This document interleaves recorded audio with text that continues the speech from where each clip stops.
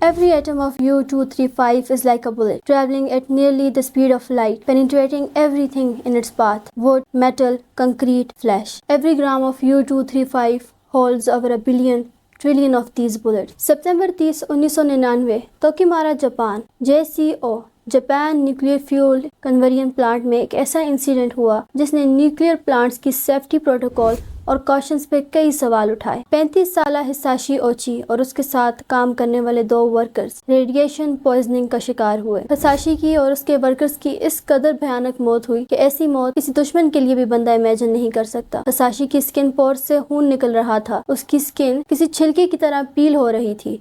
वक्त के साथ साथ उसके हर ऑर्गन काम करना छोड़ चुका था। JCO एक न्यूक्लियर फ्यूल कन्वर्जन प्लांट था जो यूरेनियम को प्यूरिफाई करने का काम करता था। वो यूरेनियम हेक्साफ्लोराइड को यूरेनियम डाइऑक्साइड में बदलता था और यूरेनियम डाइऑक्साइड का इस्तेमाल न्यूक्लियर रॉड्स में होता है। ये प्लांट किसी न्यूक्लियर फ्यूल प्लांट से कम खतरनाक नहीं था, क्योंकि न्यूक्लियर प्लांट्स में कम से कम सेफ्टी प्रोटोकॉल्स का ख्याल किया जाता है, जबकि JCO में ऐसा कोई सीन नहीं था। वहाँ के वर्कर्स एक्सपीरियंस नहीं थे, उन्हें नहीं पता था कि यूरेनियम को किस तरह हैंडल करते हैं और ना ही वहाँ पर किसी किस्म का सेफ्टी प्रोटोकॉल फॉलो किया जाता था। सितंबर 30 JCO को एक लार्ज अमाउंट में फ्यूल प्रिपेयर करना था, क्योंकि काफी दिनों से फ्यूल प्रोडक्शन कम जा रही थी। उस दिन उन्होंने डिसाइड किया कि वो लार्ज अमाउंट में फ्यूल प्रिपेयर करेंगे, जिसकी वजह से उन्होंने यूरेनियम की मिकदार को ज्यादा कर दिया। वहाँ के वर्कर्स इतने एक्सपीरियंस नहीं थे कि उन्हें पता चले कि यूरेनियम को किस तरह हैंडल करना है, और ना वहाँ के वर्कर्स को ये पता था कि यूरेनियम किस कदर खतरनाक हो सकता है। उस दिन हिसाशी ओची और उसके साथ 2 वर्कर्स यूरेनियम हेक्साफ्लोराइड को यूरेनियम डाइऑक्साइड में कन्वर्ट कर रहे, क्योंकि उन्होंने उस दिन ज्यादा फ्यूल प्रिपेयर करना था, तो उन्होंने यूरेनियम को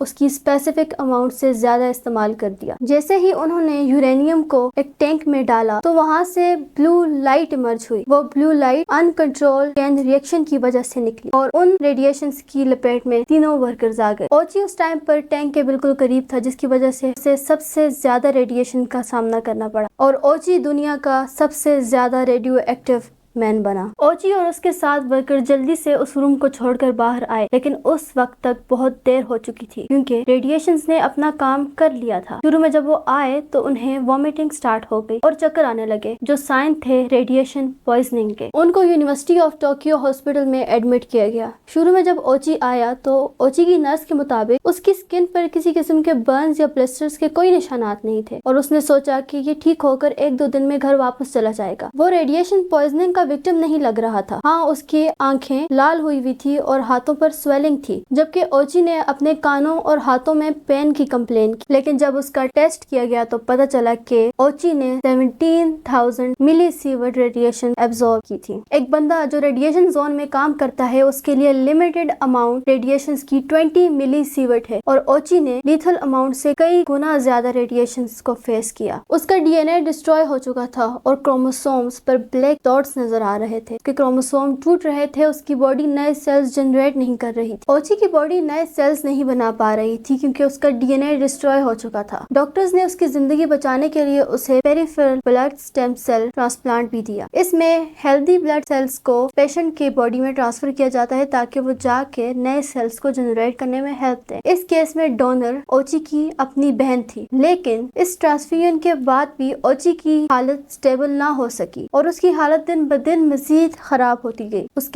उसकी स्किन पोर से ब्लड बाहर निकल रहा था। जब मेडिकल टेप्स को रिमूव किया जाता तो उसकी स्किन भी उन मेडिकल टेप्स के साथ रिमूव होकर बाहर आती। आहिस्ता आहिस्ता ओची के सारे ऑर्गन्स फेल होना स्टार्ट हो चुके थे।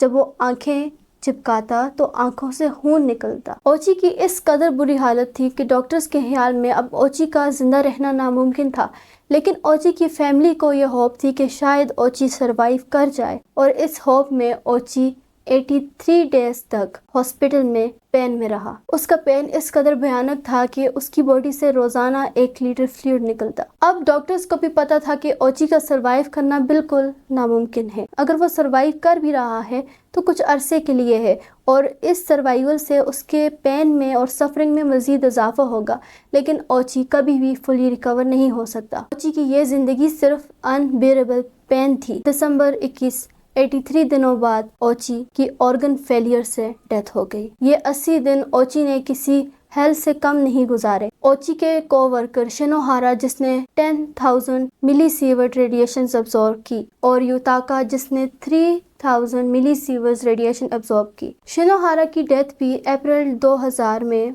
मल्टीपल ऑर्गन फेलियर से हुई। ये इंसिडेंट न्यूक्लियर फ्यूल प्लांट्स की सेफ्टी कॉशंस और प्रोटोकॉल्स पर कई सवाल उठाता है। अनएक्सपीरियंस वर्कर जिनको नहीं पता कि यूरेनियम को और ऐसे मटेरियल्स को किस तरह हैंडल करना है, उनको पता ही नहीं होता कि एक लम्हे और एक गलती के बाद उनके साथ क्या हो सकता है। इसी तरह सेफ्टी प्रोटोकॉल्स को फॉलो ना करने की वजह से कई हादसा पहले भी हो चुके हैं, जैसे चेरनोबिल, भोपाल गैस इंसिडेंट और ऐसे कई केसेस सामने आते हैं। अगर हम बात करें न्यूक्लियर इंसिडेंट्स की तो ये इस कदर खतरनाक होते हैं कि आने वाली फ्यूचर जनरेशंस भी इनका शिकार होती हैं।